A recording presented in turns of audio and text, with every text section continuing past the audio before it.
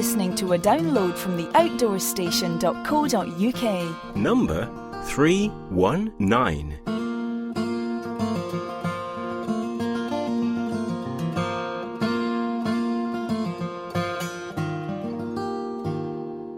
Hi everybody, and welcome once again to another podcast here on The Outdoor Station, your online radio resource for news, reviews and interviews associated with self-powered outdoor travel.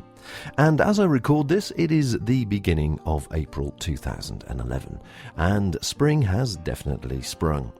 The sunshine is glowing, the sky is looking blue, it's almost t-shirt weather during the day, and I know it must be spring because I've been instructed to get out into the garden and do some tidying up. So the lawns are mowed, the decking is painted, the furniture has been touched up, and we can start to pretend it's summertime, and we'll get the barbecue out and then freeze to death and rush inside during the pouring rain. But that's not the point, it's the spirit of these things. As I say, it's the beginning of April, and of course in a few weeks' time it's the start of the well-known and celebrated TGO Challenge, a 200-mile walk across Scotland where 300 or so people start on the west coast and finished on the east coast, and develop friendships that last a lifetime in the process. A way of promoting fellowship amongst backpackers. And Rose and I are once again joining in this year. We're starting from Mallaig, which is a common place that most beginners start from, but Rose hasn't started there before, and it is a beautiful start if the weather's on your side, and a classic ferry ride over to Inverary, and possibly this time a visit to the most westerly pub in the United Kingdom. So that'll be quite good fun. And we're obviously going to be closing doors for a couple of weeks while we do that. So if anybody is listening to this and wanting some goodies from us, make sure you get your order in before the second week of May. And talking of gear, well, things have obviously, with the sunshine coming out, everybody is starting to think about their breaks and having a bit of relaxing time in the outdoors. And we've been dehydrating our meals, and a lot of people have been doing the same type of things. But there's certainly been a rush on one or two of the new products, namely the Peak Elite. Is proving to be very popular, very comfortable, very lightweight sleeping mat, and that keeps selling out and then being stocked up again. And the wonderful small adventure medical emergency bivvy. We all carry a bivvy bag with us, and obviously over the years these have reduced from those great big heavy duty big orange plastic sacks into other fabrics which are much lighter, and this one has got to be the smallest thing on the marketplace. It's about the size of a small apple when it's crunched down, and it obviously does the job as well, which is the important part. But it saves a good, well, in some cases almost half a kilo in your rucksack, which is important. Just before I recorded this, Rose has just reminded me that we've actually finally sold the last one of the original Oricaso folding plate sets, which we have a great love affair with. Jay Cousins, the inventor, I think is still running the company Oricaso. I'm not too sure about what's happened. I know the design has changed slightly, but the original ones with the poppers and studs on, I thought were absolutely fantastic, and they always take pride of place in our rucksacks. I know many other people as well. It's always useful to have a surface that you can cut food on and prepare your food as well as eat goodies from. But there are new versions out, and equally as good, and I'd certainly recommend that for people. So obviously that's just going off on a tangent slightly, but just, since we started 5 or 6 years ago, that was one of the first products we got in, and we finally sold the last one. So, where are we? Well, on this podcast, let's move on to this one. We've got 2 or 3 things here, actually. We've got a chat with Simon Ellar, the editor of Bushcraft Magazine, and that's quite interesting, talking about the Convergence. The Convergence is a word that's being used in the photographic industry a lot these days, but I'd like to use it in the outdoor industry, Convergence, where people are sharing lots of interests in the different aspects of outdoor lifestyle, albeit walking, hiking, climbing, bushcraft paddling or whatever, and it's all coming together with people wanting to learn a bit more about each other interests. You never know, it might make your trip a more pleasurable and enjoyable one. Then we've got an interview with Paul Reynolds from Sigma about some of the new products that have come out from Sigma, new lenses and new cameras, which will be specifically of interest to people interested in landscape photography. And then Andy and I do a a roundup at the Outdoor Leisure Show, the one at the NEC recently, the first one of the new version of the Outdoor Leisure Show, and give you our thoughts and feelings as to what the show contained if you missed it. And there's a few other bits and bobs I'm going to chuck in along the way. So let us start off with landscape photography and what particular lens might be of interest to the outdoors user, which is coming out. So here's Paul Reynolds from Sigma. Well, the new 12-24 I think is going to be perfect. An ultra-wide angle. It's developed for the full-frame image sensor, so it's equally as good on an APS-C size camera, a more consumer-orientated camera, but it's good on full-frame as well, so you really get a very wide angle of view. It's great for landscapes and outdoor photography. It's got a new FLD glass element, which is a fluorite lens element, which improves chromatic aberration, which is something you get sometimes with lenses which are an ultra-wide angle lens. If you do pictures of, for example, shadow areas, trees, for example, against a bright sunshine, a bright sky, sometimes see a bit of chromatic aberration, and this reduces that, so it improves image quality. And it's good for resolution as well. The newer digital SLRs that are coming out all have higher resolution image sensors. That's the way they're moving forward. And of course, most people now understand, but some still don't, that you need good quality glass to go on the front of it to be able to cope with those high megapixel sensors. The new lenses that are coming out now are very good resolution, which is designed for that. Every year I come to the show, and I've been coming for the last 4 or 5 years now.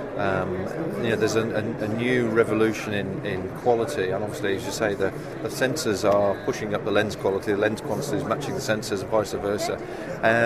How much? I mean, I get the feeling now with the full frame, having just got a full frame myself, that I feel like there's a big difference between the APS size and the full frame, just the same as it used to be between 35mm and 2.25. And it's nice now to find lenses that will match that and actually take that a stage further as well.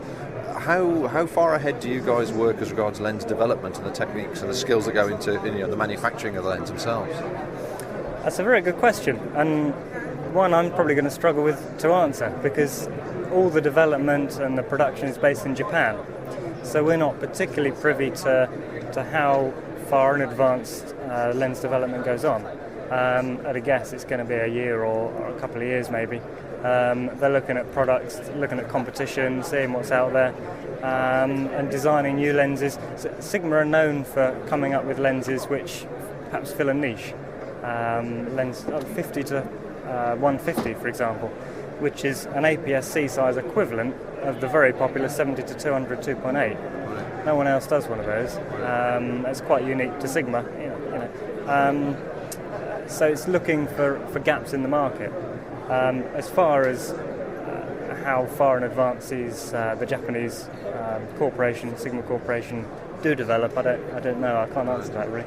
So is the 50-150 lens ideal for sort of a general all-round travelling average use lens, or is it further up the scale as regards sort of the quality in relation to the fixed focal length lenses?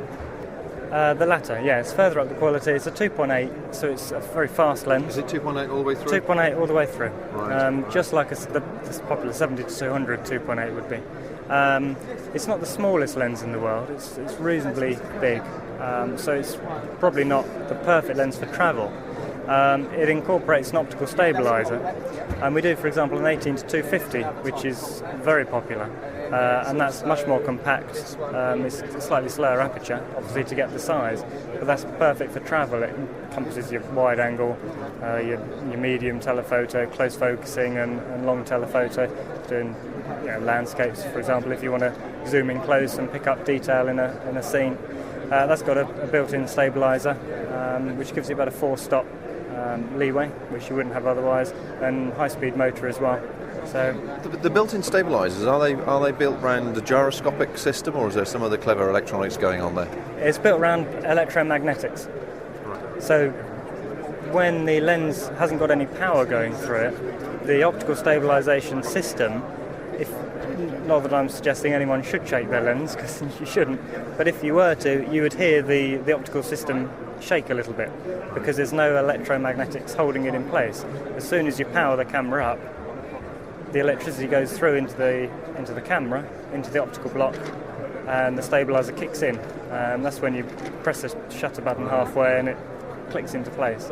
So, I mean, does that mean then that the newer lenses that have that in are slightly more fragile than the sort of the traditional lenses where it's all that technology isn't involved? No, I wouldn't say they're any more fragile. You don't shake a lens whether it's got an optical stabiliser built in. If you drop it, it'll probably break, whether it's a stabilised lens or not. But like any optical piece of equipment or anything that costs any amount of money, you'd be careful with it. But I wouldn't say it's more fragile. No. Oh, that's good to hear. How about the compacts going through? Because the last time I came through and spoke to someone, that obviously the new rangefinders had come out, the fixed focal length rangefinder, very wide angle, and have they moved on a generation now? The compacts, they're moving on. They're being updated all the time. We've just released a DP2X, which is in itself similar to the DP2S, the current version. It's got an APS-C size image sensor and uses the Foveon 3-layered sensor technology. So at every pixel location, it picks up red, green, and blue, rather than a Bayer type, which would guess other colours around it. So it would only pick up one colour, effectively, and then guess at the other two, which is very good, but not quite as accurate as it would be otherwise. The DP2X, the latest one, for example, incorporates a new technology called analog front end, which essentially just improves image quality at higher ISOs. It's little features like this, but it's mainly the image quality built from the sensor. There's not many compact cameras with an APS-C size sensor, and when you get that, especially a Foveon one, the pictures really do jump out at you. Very, very good quality. Big difference. So with all the new lenses then and the new products we've just been speaking about, when can we expect them on the straight? They'll be available soon. We think about a month's time, and we should have them all in the UK. So we're looking, mid the year, summertime. Yeah, hopefully a bit before then. Yeah, late spring. Yeah. With over 1 million listeners worldwide, The Outdoor Station is the leading online audio resource for those into the great outdoors.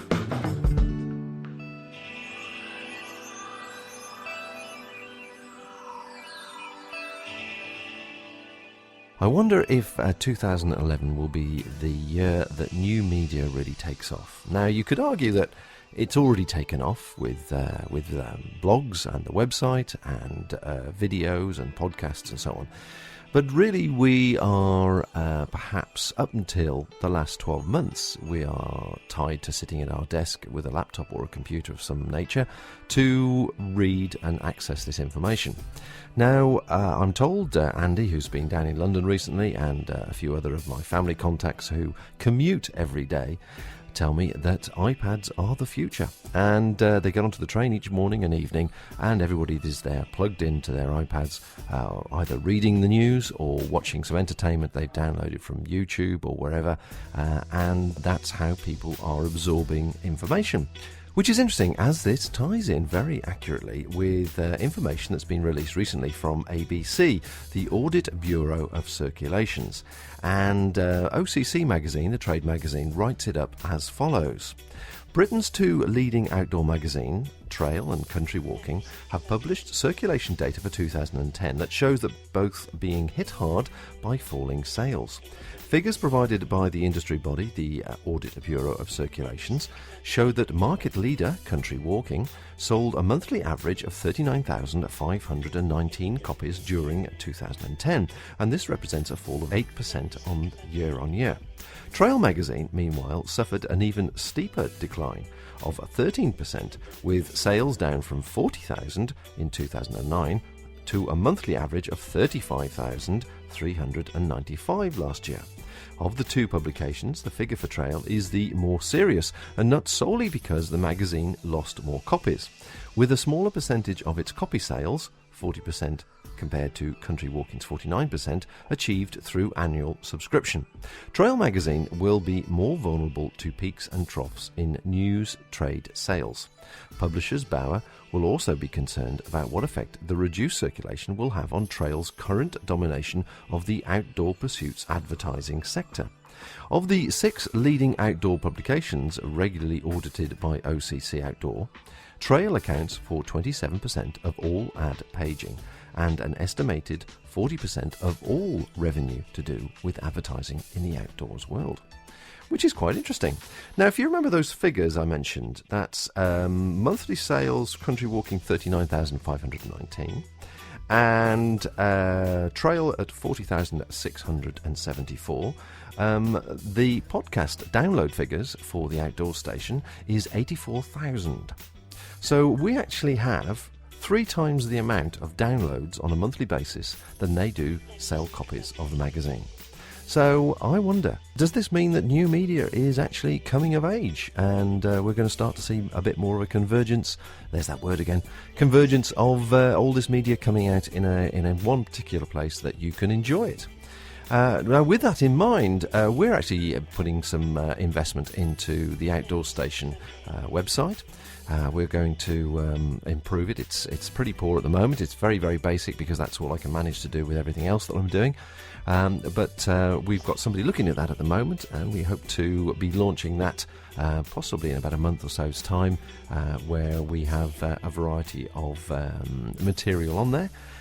And it's a bit more of a user-friendly resource for people looking for audio and video material for their entertainment to do with the outdoors, obviously, outdoors lifestyle.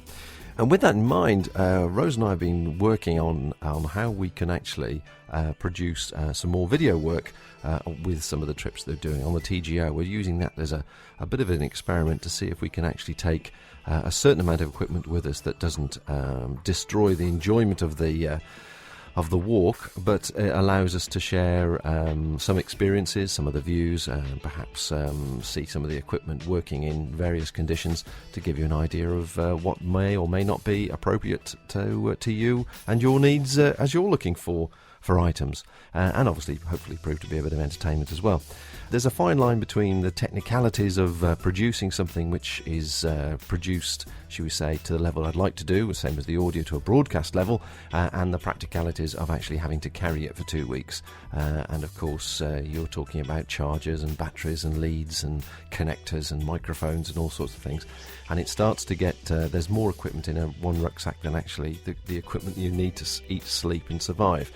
So with a bit of a fine line, but it's a bit of a dry run because we've got another trip planned later on the year in association with the new book which is coming out, which is the coastal path around Guernsey, Herne, Sark and Alderney and Jersey, which I think will be of interest to people. So we're hoping to go over there for a few days and do a few miles, interview a few people and explain just how much fun it can be. And give you some background, perhaps a bit of inspiration to make that your next destination, somewhere easy to get to from the UK and hopefully fairly affordable. So, talking about affordability, bushcraft is a great pastime, and it's very affordable because the skills, everything you need is in your head. You only need a certain amount of material, certain amount of equipment, and the rest of it is purely getting out and enjoying it and sharing the knowledge. As I mentioned earlier on, I spoke to Simon Ellar from Bushcraft Magazine whilst we were at the Outdoor Leisure Show and asked him how the show was going and also for a bit more information about the type of people and trends that are changing that actually approach him and the magazine. Really good show. During the setup period, we sort of had a look around. There's a lot of good quality outdoors stands and a good outdoors feel to it. Some shows are kind of deviating a bit, and there's the kind of thing that you'd expect to see at a market type thing. Today, very busy. First day of the show, it's a Friday, which is usually the quieter day. Really busy in terms of the stand here. We've got demonstrations such as spoon carving from a log to a bowl with a pole lathe, cleaving a tent peg, making a spatula. We've got willow basket weaving. We've got fire lighting, which is always a success. Perry McGee's doing tracking techniques and making grass rope. So we've got a grass rope swing over there people can have a go on. This layout, this format I've seen now in a few shows you've done is obviously working very successfully for you. Sure. This time it's more bias on the craft side, hence the pole lathes and the shaving horses and things. But it's, people like to come and get involved and see the kind of raw materials used and transformed, which is what Bushcraft's all about, really. And it's nice to see, I mean, it's half term, isn't it, at the moment, so obviously there are a lot of families at sort of a loose end and kids at a loose end, but it is nice to see them, I see them sitting at the table, they're doing the spoon carving, they're queuing up to do that. Indeed, we've actually had to do an extra session now because there were so many people putting their names down and people that have travelled a distance that can't come back again, so we're really oversubscribed, so no, it's very good. Excellent. Really good. So tell me about the magazine then. I spoke to you, about a year or 2 years ago possibly, and it was fairly buoyant. There were a lot of people, families again, wanted to get in touch with nature and showing a lot of interest in the contents. Is that still the same? Has it changed at all? It's still very much the same. We've actually found there's more interest in bushcraft and this sort of outdoor activities, outdoor survival to a degree.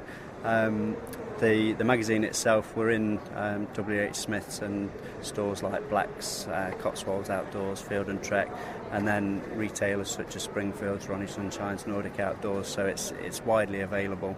And the readership really is still a mix. We've got subscribers ranging from the age of 4 through to 84. There's a lady 84 takes it because she likes to just read about it and increase her knowledge. Isn't able to get out and do the activities, but it's an interest base, and we've found the mix, particularly with families. Families love the magazine because there's something in it for everybody. We've got some families that take multiple subscriptions because the husband and wife fought over the copy, or the husband and the dad and the son fought over the copy. So, but no, it really is. I think there's a big concentration of people kind of wanting to get back into the outdoors and kind of reconnect with things, and then in doing so, using some of the items around them for crafts and getting into that side of it. I suppose there's a balance and appreciation and understanding of their environment, isn't it? I mean, shows like this, I'm sort of in two minds whether they sort of almost had their day in some respects. It's quite a commercial enterprise to put on, and so correspondingly it's very expensive proportionally for a family to get in. But I see that you yourself of looking at doing a much more natural based show in the outdoors, where obviously this activity is more in balance. Indeed, no, it's in its home environment really. We attend a number of indoor shows, and it is difficult. Whilst, as you can see around us, we've got trees here, real trees. We've got various crafts going on using natural products. It is difficult to kind of create an outdoor setting indoors to that same level. The show that we're doing, it's called the Bushcraft Show. It's just at the end of Lake Windermere in the Lake District. So we've got a 400-acre area of woodland that we can access. We've got 1.5 miles coastline of Lake Windermere that we can access. So from a kind of appeal point of view, there's something there for everyone. There's open canoeing. There'll be free activities ranging from archery, wild foods, tracking, campcraft skills. There'll be off-roading, bushcraft on horseback. There's a whole sort of encompassment of the outdoor sector really. We've got people like Gransfors Brooks coming over. They're going to be doing forging demonstrations, forging a knife and axe, and then there's have a go sessions so people can actually make and take away their own knife, their own axe. The bulk of the activities are free there. There are some paid sessions. We've got people like Lars Felt coming over from Sweden. He'll be doing talks and demonstrations, both free and sort of specialist instruction sessions. We've got an open canoe specialist coming over from Sweden. He builds canvas canoes. That's his specialism, and he's going to be doing paddle making workshops and things like that. So there's really a good mix of crafts and skills. I mean, that's an awful lot of crafts and skills there for somebody to visit. I mean, is it just for a weekend, or is it a long weekend, or during the week? Yeah, it's a long weekend basically. Friday, Saturday, Sunday. Ticket holders, the camping's included in the price, so ticket holders can come on the Thursday night after 6. They can camp there for the whole weekend. It's a great break in the lakes. It's a beautiful part of the countryside. obviously an idyllic setting. The site that we're using is the lakeside site. It's one of the largest, well, it is the largest outdoors centre in Europe. Very well facilitated. There's archery ranges there, there's high rope courses, there's a whole range of facilities that we can plug into. Proper toilet, shower blocks, drying rooms, washing up facilities. So they've actually got a camping area sort of set, so there's water taps around, and it's a proper... And that's usually the most important thing for the fairer sex, isn't it? To make sure they're clean, washed, and smelling sweet. And certainly a few of the shows that can be a little bit rough and ready around the edges. Yeah, I mean we've got there's a building that we're using as sort of the base, and there'll be a catering company in there, so there'll be somewhere that people can go and sit down inside, and there's food available. There's a first aid room. Even if the weather is terrible, you're covered. Yeah, it's there. Yeah, good. And the magazine itself, then, has it sort of changed at all? Do you feel that the vibe to the magazine has changed in the last couple of years? And do you think anything is influencing you at the moment for any new development? It's always evolving. It's evolutionary. We look at what kind of articles and features to put in there. Something that we've introduced since we last spoke is a specific wildlife section that's focused on interest in wildlife. Linked with that are examples of prints, examples of hides and sort of tracking skills for people. We've basically found the crossover of interest is so huge. We produced a page which they put in Country Walking and branded up for us, which was a bushcraft tip for a series of 12 issues, so a year's worth with them, because they're appreciating that the walking fraternity, whilst out on a walk, you could perhaps pick a leaf and say, oh, this is such a thing, you can use this for so and so, and it's really, I think it's bringing out and the whole outdoor industry seems to be swaying this way, and it's bringing out that sort of innate primitive, if you like, sense in all of us, and it's about reconnecting back and appreciating nature, appreciating what's around, and getting that bit more from it. Yeah, I definitely agree with you there. I think once you get involved in any sort of outdoor hobby, walking or paddling or cycling or whatever, it is nice to understand more and educate yourself and just be more familiar and comfortable in that environment, isn't it? Certainly, yeah. I mean, that's what we're finding really. As I say, there's the walking side. We've got people that go out and do fishing that want to do that little bit more. Maybe they'll do a wild camp whilst they fish, and maybe they're interested in panassing the fish and cooking it on a fire whilst they're there. So there's it's just really a vast crossover. If you have any feedback, questions or suggestions, why not drop us a line directly to our email address, info@theoutdoorstation.co.uk. Call us now and leave a voice message. You can Skype or call us at local rates at any time from any phone on 0208 133 9434. And finally, let's go back to our last piece from the Outdoors Leisure Show at the NEC in March. And this is where Andy and I sit down and do a review of our impression of the show, should we say, on that first day. But since then, a few facts have been released. Let me just tell you those so you can keep those in mind. That apparently the show pulled in 35,000 people. They have a 3-year agreement to continue with the show for another 2 or 3 years, and that 25% of exhibitors have already rebooked. So keep those facts in mind as we have the following conversation. Drawing to the end of Friday at the first day of the 3-day Outdoor Leisure Show, the new show at the NEC. Andy and I have thought we'd have a couple of minutes to reflect on our thoughts. It is half term, so there's a reasonable number of families with children here, certainly. And there's been 1 or 2 stands that have certainly attracted the children's attention, such as the Bushcraft stand, where they're doing lots of demonstrations, canoeing, climbing, and of course some stunt cycling. But the rest of the stands are a bit of a mix between people showing products and selling products, and also products that are not necessarily associated with the outdoors.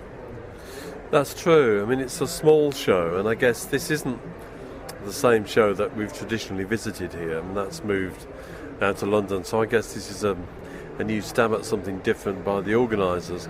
And I guess it's not the best of times, really, economically, to launch a new show, but it is quite small, and difficult to see where the niche is, and I think difficult to see where the future of this kind of show goes. Yeah, I think from a commercial point of view, most of the stands I've spoken to certainly said it is obviously an expense to attend the show, but it's also the amount of money that visitors have to spend. It's £15 to get in, which is a sizable amount of money if you're a family of four, and that's £15 a head. It certainly adds up. Is it really value for money? I don't think it is. I memean, I think these days, I suspect people would come expecting to see a lot more opportunity to buy cut price kit, and there really isn't that much, really. There's some power mower here as usual, doing reasonably well, although certainly not quite as well as in usual years, but they always do well, and they've got some discount stuff on their stall, but not a great deal. There are a couple of other shops that I've got featuring 4 or 5 manufacturers, but it's not even really a place you come to get a good bargain, is it? I mean, people like Alpkit are obviously here and plugging hard their value for money gear, but I guess you look around and you think, well, we are still in the middle of a very difficult economic time. Definitely, as you say, you've got Alpkit, you've got Yeomans, Go Outdoors, of course. Inevitably, the Go Outdoors get everywhere. But then round the outside, you've got some spurious stands that are to do with wool there's a guy down there selling toy helicopters. Yeah, there is, yeah. And quite a lot of slightly wacky, hippie-ish type stuff on the fringe as well. One of the things there is this year, there's a reasonably good display of tents, and most of them are static tents, but the new Terra Nova range is here, and that was interesting to have a look at. Yeah, I think there's definitely a place to see more of this sort of equipment, but whether it's worthwhile making the trip to, if this is going to be the future of this type of show, this sort of size and cost, whether it's actually value for money for visitors as well as exhibitors, I really don't know. No, well, you can look at something like some of the Terra Nova tents, and it is the new range, and you can think, well, at least you have a chance to handle them and feel them. But with a company like that anyway, their quality control should be such that you don't really need to do that. Again, with the Alpkit gear, you can have a look at their sleeping bags and, just check the quality of what they do against the price. And I think they'll probably do quite well, because if you're looking at down clothing, down bags, down jackets, I mean, they're offering exceptional value for money. But there actually isn't that much to spend your money on here, and whether it's worth coming all the way, whether it's worth coming 100 miles or so just to have a look at a new Terra Nova tent, I've got my doubts about that. I do get the feeling that a lot of the stands' space has been filled in randomly. And it's nice to see sort of slightly alternative areas of interest, like the people I spoke to, the farm stay and some of the independent hostel associations, all little companies that are pushing their services to the outdoors community, which is good. But certainly you can see there's a lot of dead spaces that I think the organisers have just filled in randomly to give it a better presentation. Well, one of the things that's always been interesting in the NEC shows, certainly over the last 3 or 4 years, have been the smaller stands, and particularly the local tourist organisations that have set out to really sell their little part of the country, and that's kind of missing this year, really. There is a little bit of that, but you can see that presumably people have been down to the big show in London, which had a really strange time. It was 2 weeks after New Year, which I guess is not a good time to encourage people to go out and spend money. But we're missing that whole range of things that I think just gave it a little bit of something different. You used to be able to stumble on something you never thought of before, and you're really not getting that effect here. Yeah. And what about having the caravan and camping or the caravan and boating show in the other 4 halls next to it? I see there's a lot of cross-fertilisation through the doors of people going through from this show to those and vice versa. I don't know if they're bringing any money with them, though. I doubt it. I mean, you have to go and have a look at that, because there's just not enough to look at here. I don't mean to be negative and critical about it, because I think it must be pretty difficult to launch a new show like this. But you walk into the camping and caravan show, and it's like walking into another dimension. Again, there, you're looking at some wonderful and weird kit in terms of camper vans and in terms of caravans. But you're talking an awful lot of money, and you can kind of tell as you wander around, can't you, that I'm not sure I'd be wanting to earn my wages in caravan commissions this year. Well, also the people looking at them, I think there's a different type of community, although as much as they're interested in the outdoors, outdoor communities is differently built, should we say, to the more active user. I think if there's one theme that runs through both of these shows, it's the kind of family camping or caravaning theme. If you look at the tents in the main outdoor show, there's a lot of tents that would really be quite good value for money as static sites, for a couple of people having a walking holiday or a holiday in the summer, or taking a couple of small children with them. You can see how this kind of stuff works quite well for that kind of market. And to be fair, we've all been through it ourselves with our own children. For 10 years of your life, that's a pretty good holiday. Yeah, there's a time and a place for it, certainly. But that's really, I think, where the focus is going to be. That's where it's at least in these two shows. And that pretty well brings this one to a close. So thanks to all my guests for contributing, to Simon Ellar, to Paul Reynolds, and of course to Andy as well. And until next time, folks, enjoy the sunshine and the fine weather and get out more. Bye for now. Thank you for listening to this podcast. To hear more from our extensive free library, please visit the website at theoutdoorstation.co.uk. You can now follow The Outdoor Station on Facebook, where we chat about each programme we produce, answer questions and discuss future productions. Why not join us there? This podcast is produced and hosted by theoutdoorstation.co.uk.